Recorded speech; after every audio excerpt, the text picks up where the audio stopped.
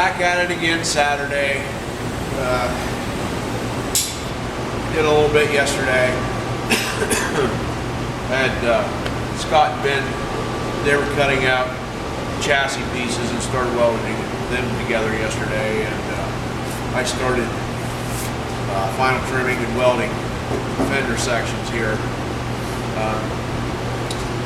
I've been going through where all my 1/8" holes are from where I had my Clecos. I started welding them up this morning, and I'm leaving them a big block, basically. I want to show you guys a tool that I bought off of eBay, I think it was, 2 or 3 years ago when I first started dreaming about this thing. The last couple of years I've been buying a sheet or two of aluminum here and there, and just getting ready for the build process. But I came across this tool. Let me just grab it.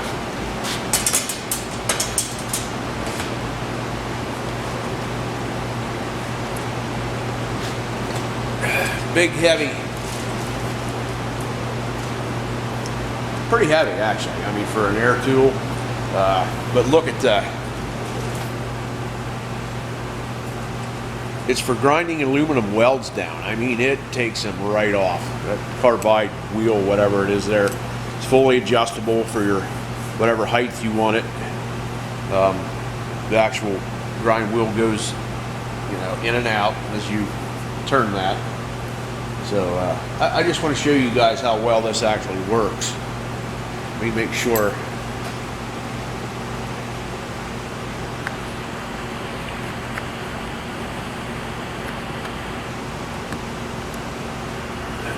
Get a little closer for you. Let's see. Now you can see those big blobs that left on there.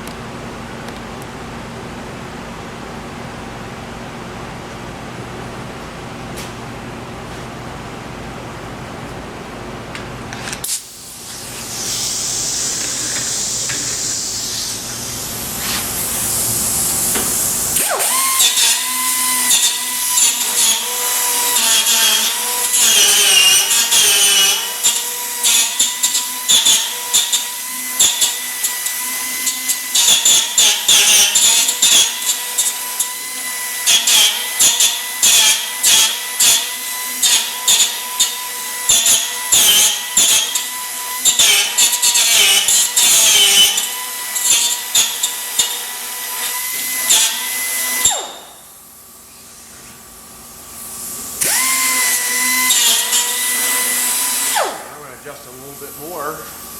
Sorry for the noise. That makes the shavings though. Holy cow.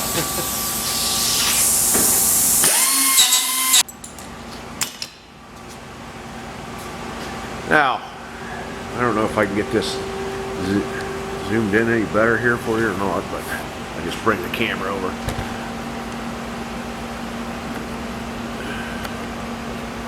Now probably, I'm going to say 10 thousandths more, 10 to 15 thousandths more, and it'll be completely flat.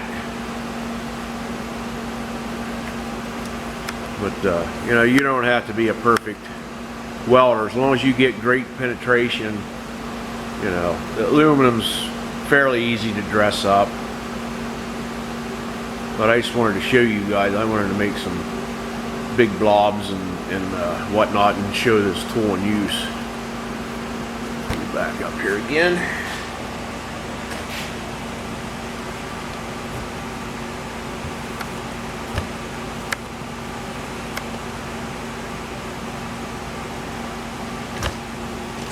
I don't know if it's the company, I guess maybe that actually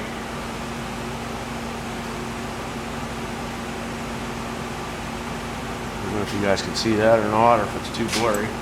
Zephyr from Englewood, California was the company that made this. And as I said, I think it was mainly used a lot in the aircraft industry. Probably still is. But very cool tool, actually. Just another to add in my collection, but it works very well. I mean, it cuts down on hand filing a lot.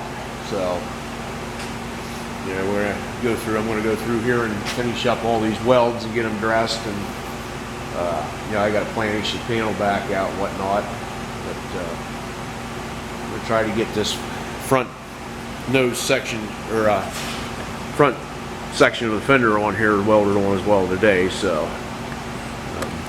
stay with me. It's coming along slowly, but you know, you don't build a car overnight, I guess, unless you're Henry Ford or the Dodge brothers.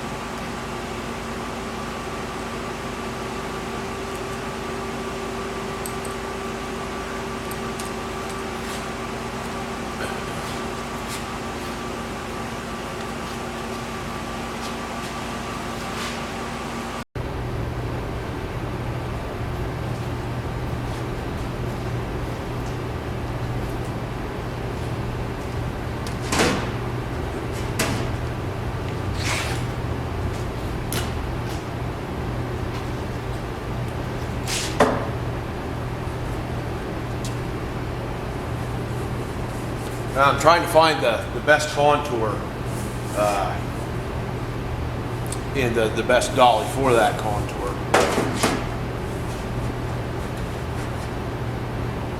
I think that'll be about right. It's comma dolly. And I'm a lefty, so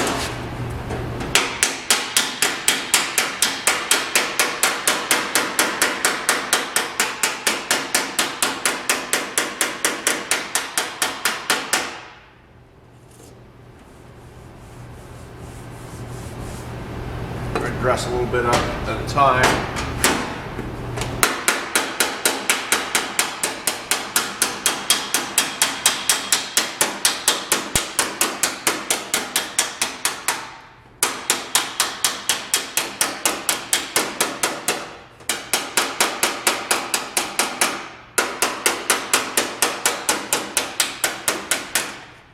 Now aluminum is very, very soft.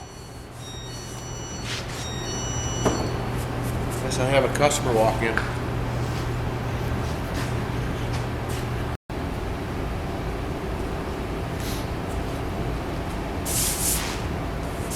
So I started the metal filing process.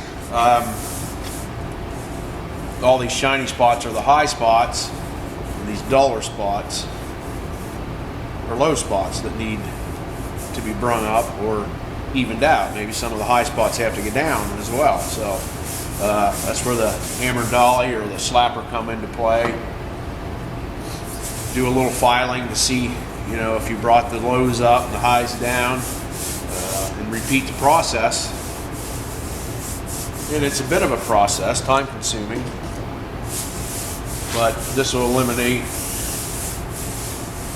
a lot or any Bondo in the process. You know, the ultimate goal is to metal finish it so there is no Bondo. That's what the British do over in the UK. They don't like to use Bondo. But we're going to keep filing away here a little bit.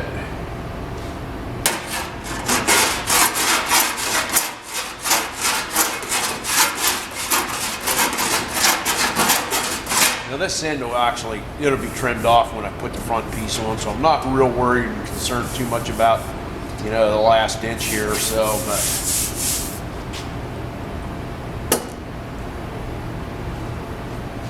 it's a work in process.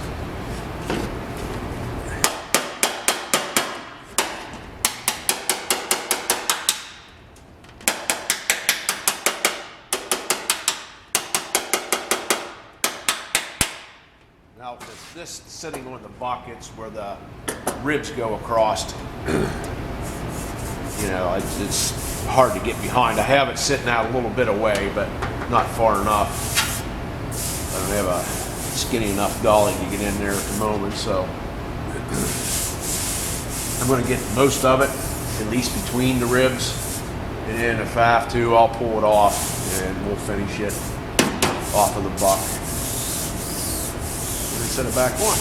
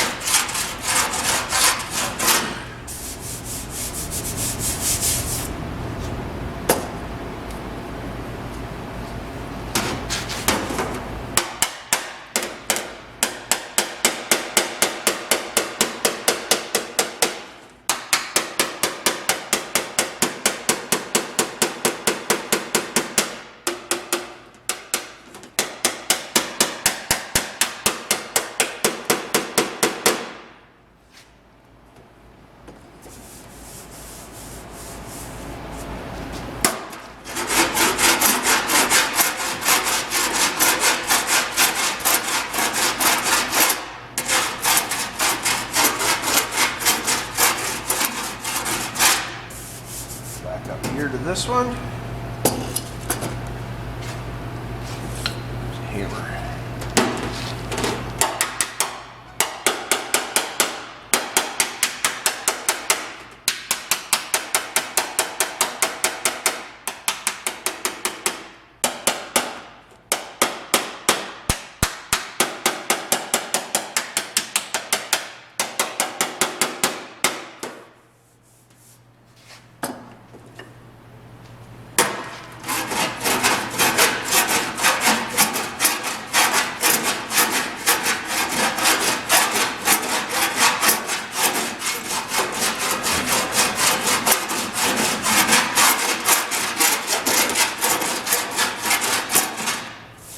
Now you can see the dull spot is slowly disappearing. It's getting smaller, so that means it is rising up.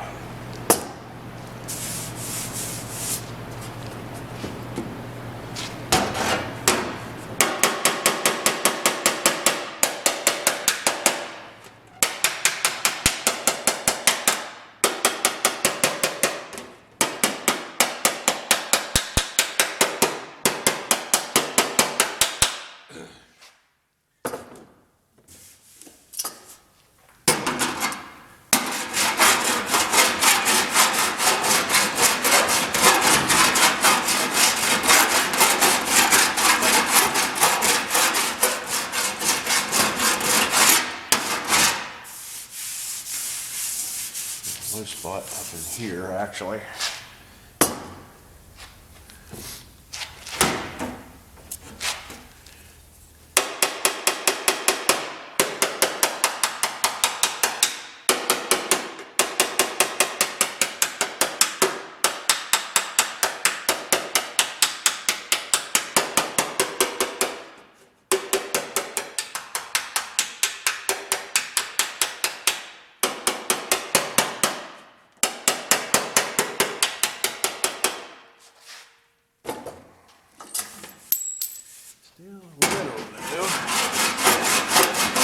It's coming.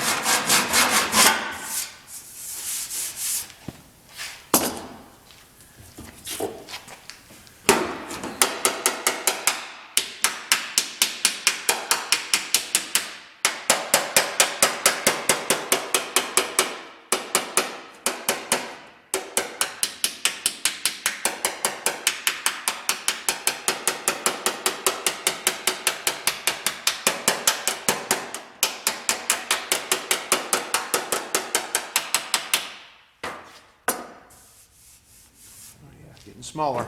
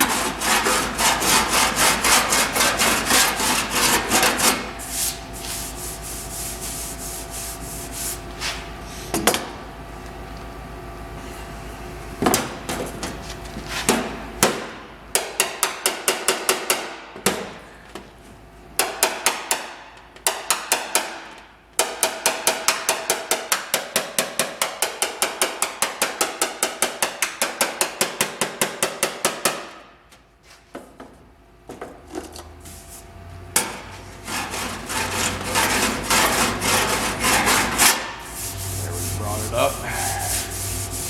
Well, I'm going to continue this. This might be a little bit of a boring video for you guys, but it's something that needs to be done. And I want to show you the process. If you don't already know, this will be an education for you. If not,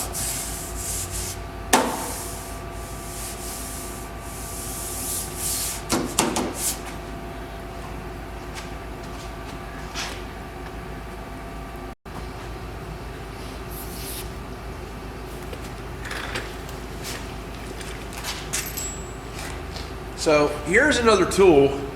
It's called the bullseye pick. If you watch one of the episodes of American Gangster, the 29 Chevy that we're building, I used it on there on the rear fender.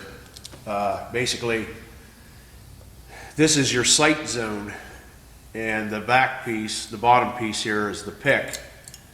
When they come together, it'll bring up all these loads that are showing up here. Now, I did get quite a bit of this planished out, and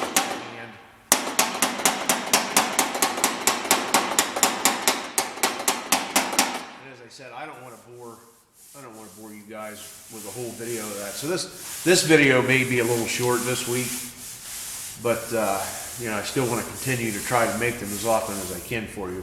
And I got some other content back on the American Gangster and the Cobra build as well.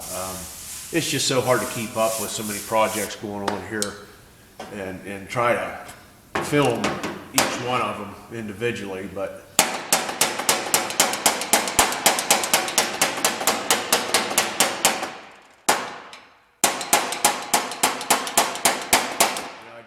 we do what we can to try to bring you some informative information.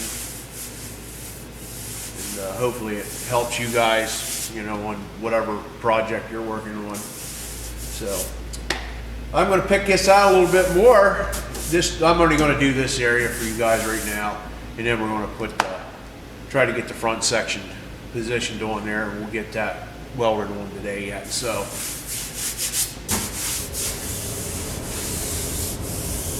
it's feeling pretty good though. I mean, honestly, it's going to need a little more planishing. On the finished up on the English wheel bin a little bit, but I think it's going to come out pretty nice. So stay with me.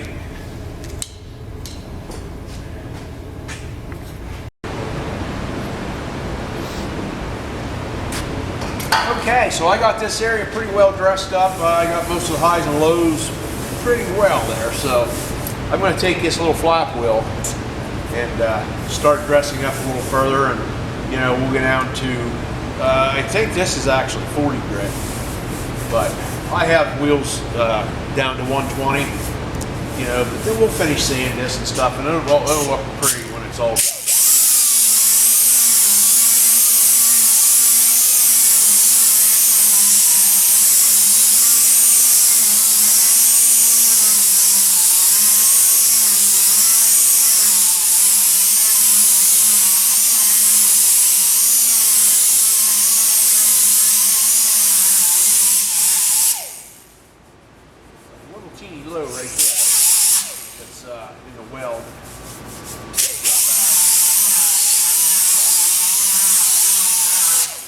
just an idea of what to do.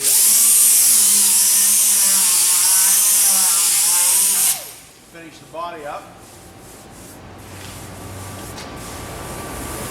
Some people will take it down to a real fine sandpaper, you know, 600, whatever, 800, and they'll polish it. You know, if they don't plan on painting it. Obviously, this was going to be painted. My personal preference, but this is how the process works. At least this is how I'm doing it, or how I do it.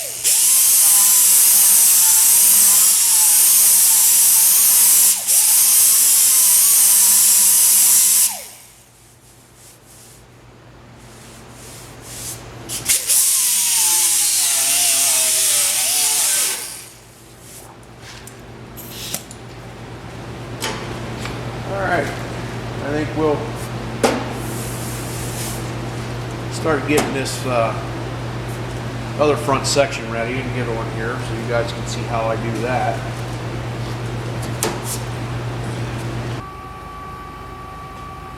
Alright, so I have this forward section of the fender, got it ready. I got to trim it.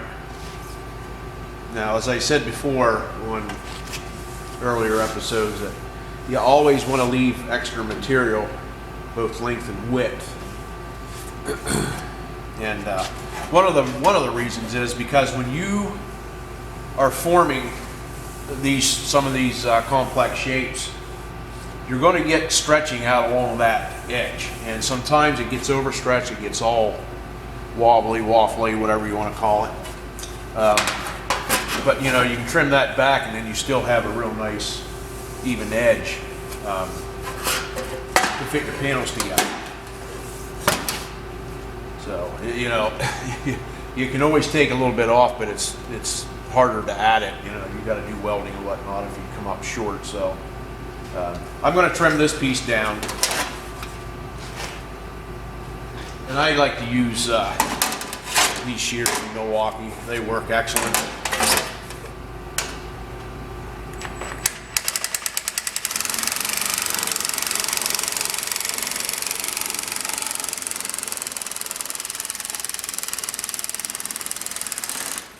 Got a real nice straight edge with it.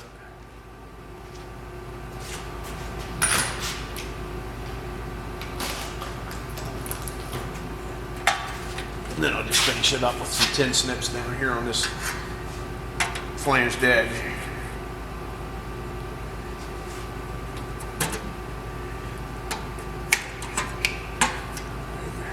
Okay.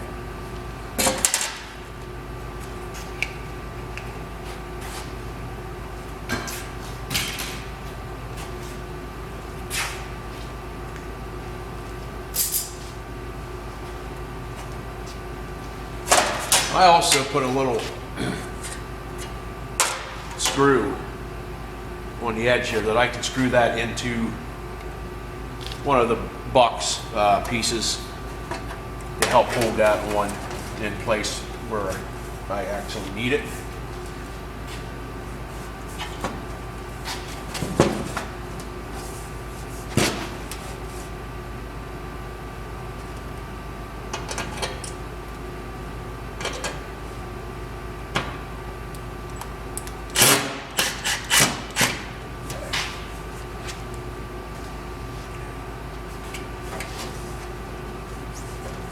Get a couple of clamps.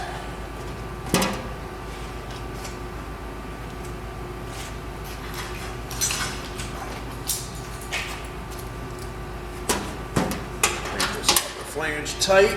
There we go.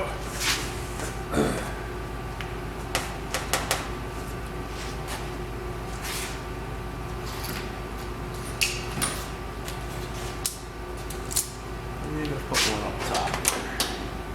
Just to help.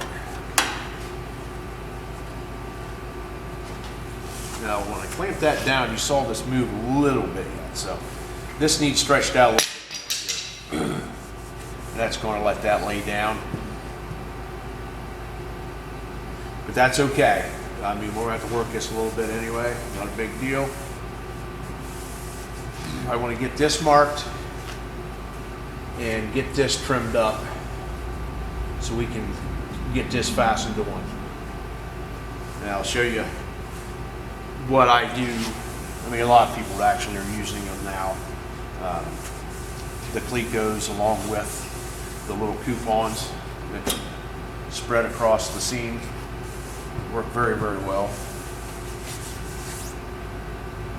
So let me get this trimmed, marked out, I should say, and then we'll trim it.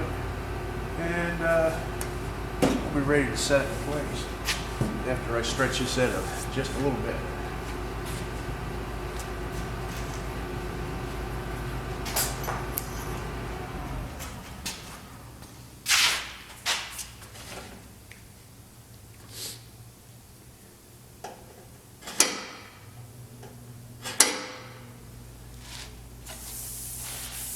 Actually, I need to trim this edge down a little bit. I thought I already did, but looking at it, I need to trim that up just a hair there. So take that back off and trim the edge.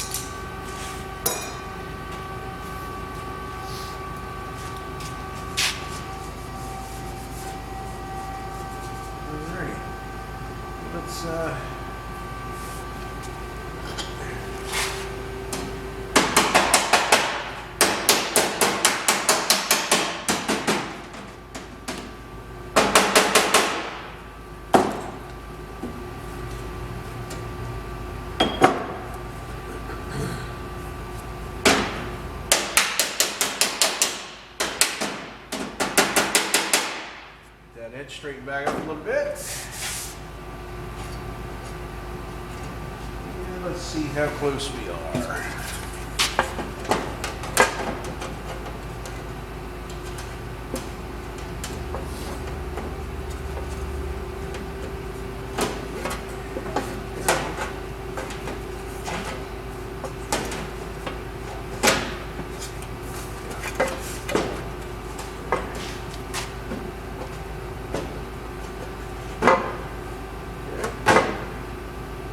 Good there.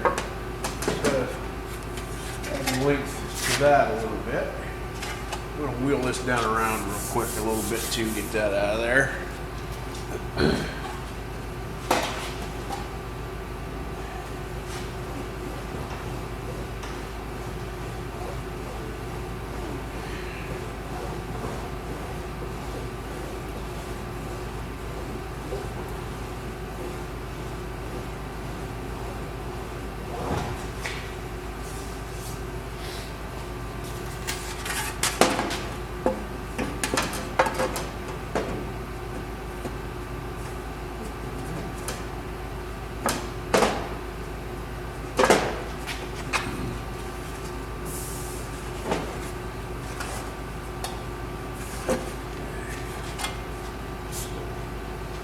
a touch more right in here.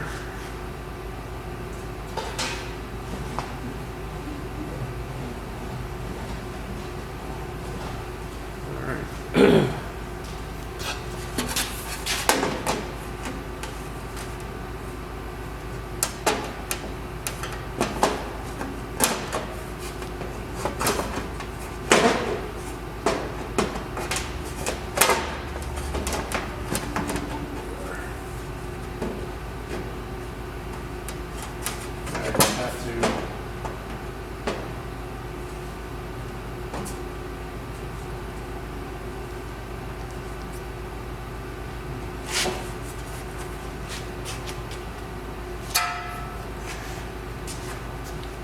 Right.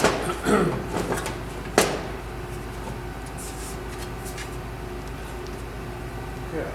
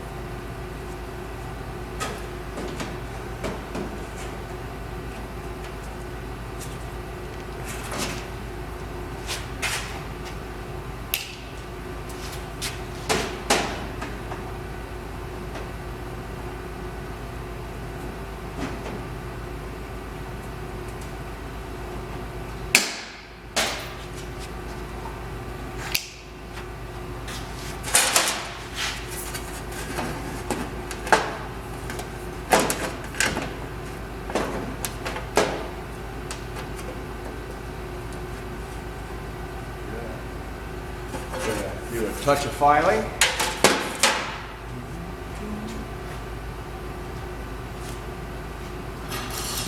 Smaller rat tail file.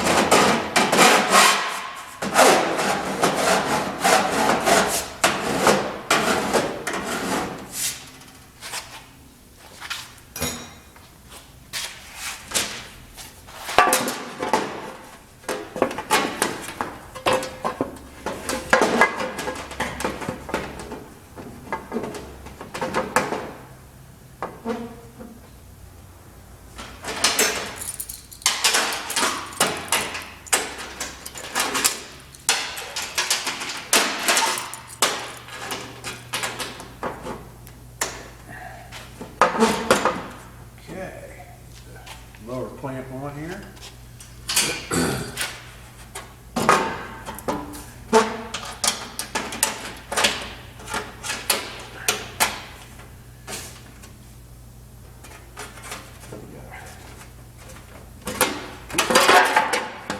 Didn't have it on very well, I guess.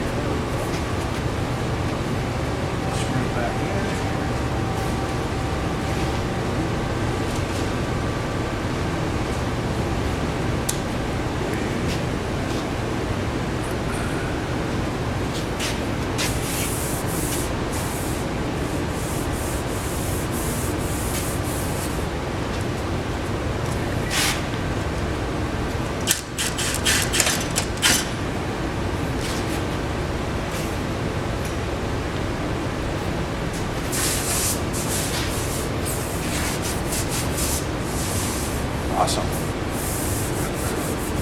All right.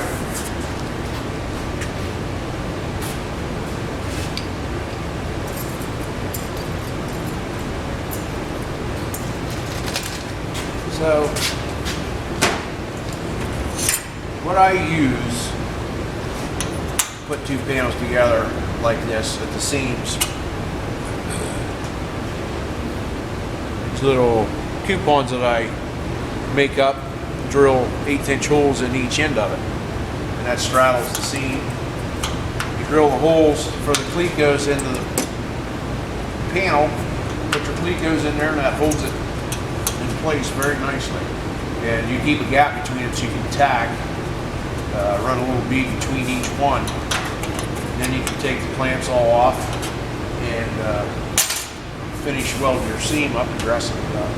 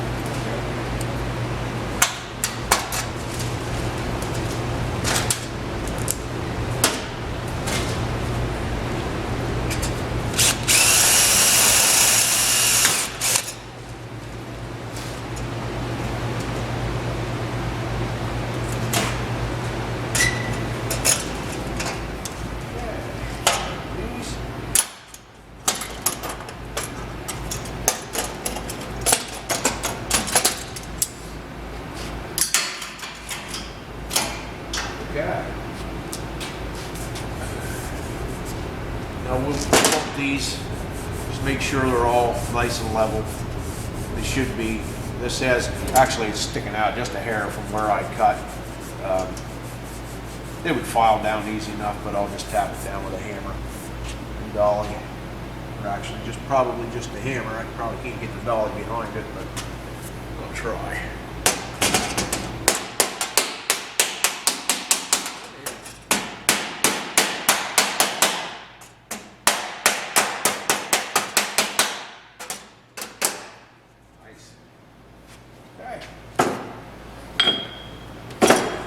We are pretty much ready to get this tacked in here. A little bit.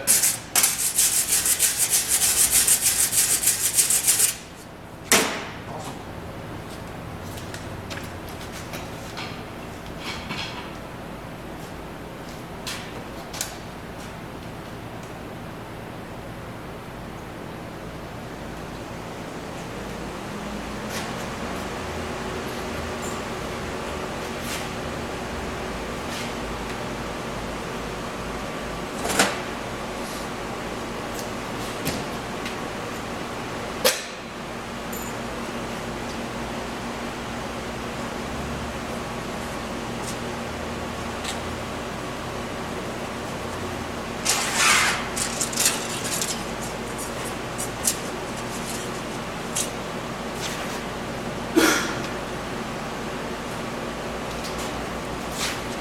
I'm using 100 amps on my TIG welder. 90, you could get away with 90 easy enough, but I like a lot of heat. Get your puddle started really quick, and then you can back off.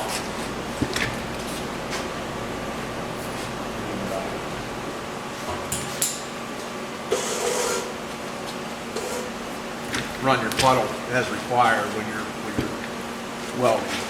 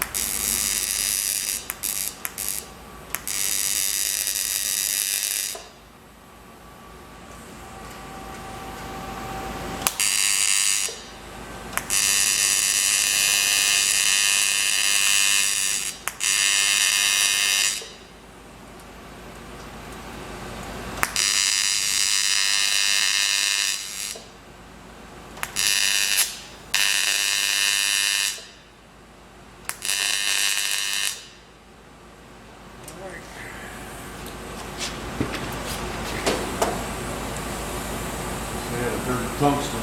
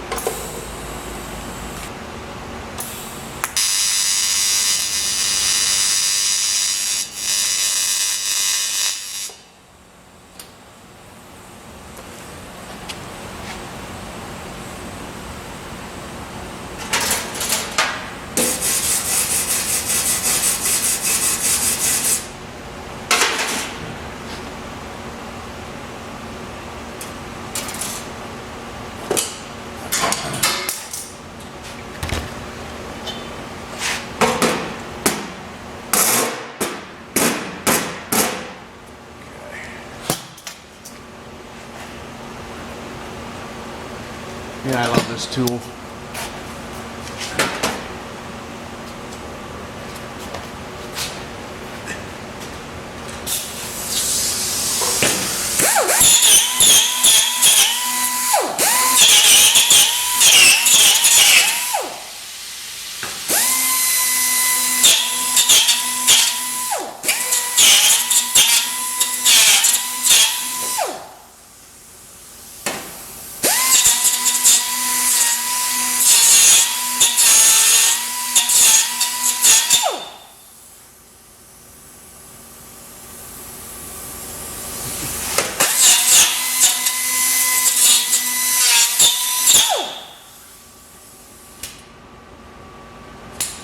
So awesome.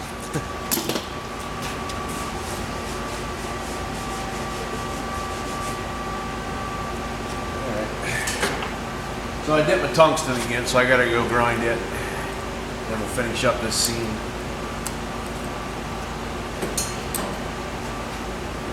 Alright.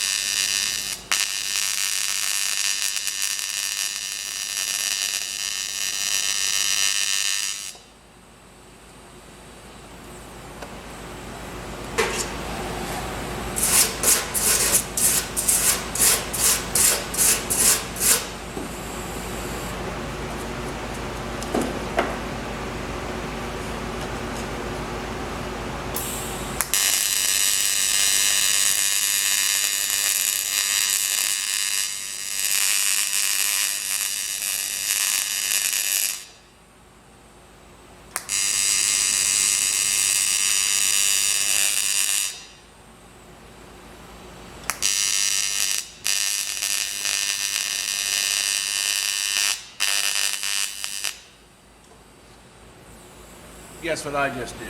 Yeah, it's one of those days. Should have several tungstens made up, so I can just switch them out. But I don't. So I'll go grind this one again.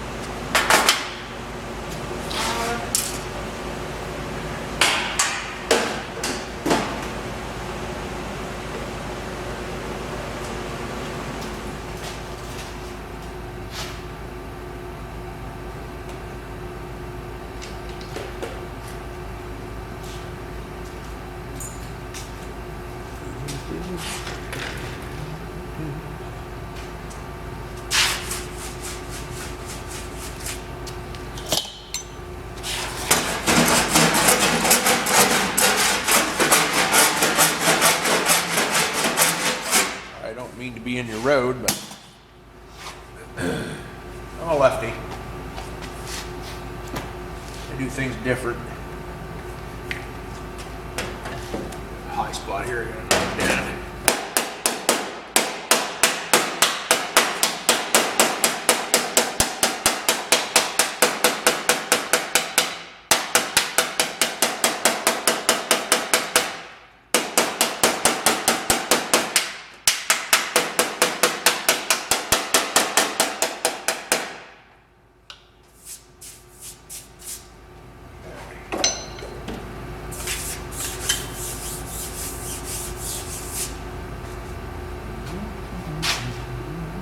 Well, I'm going to dress this up.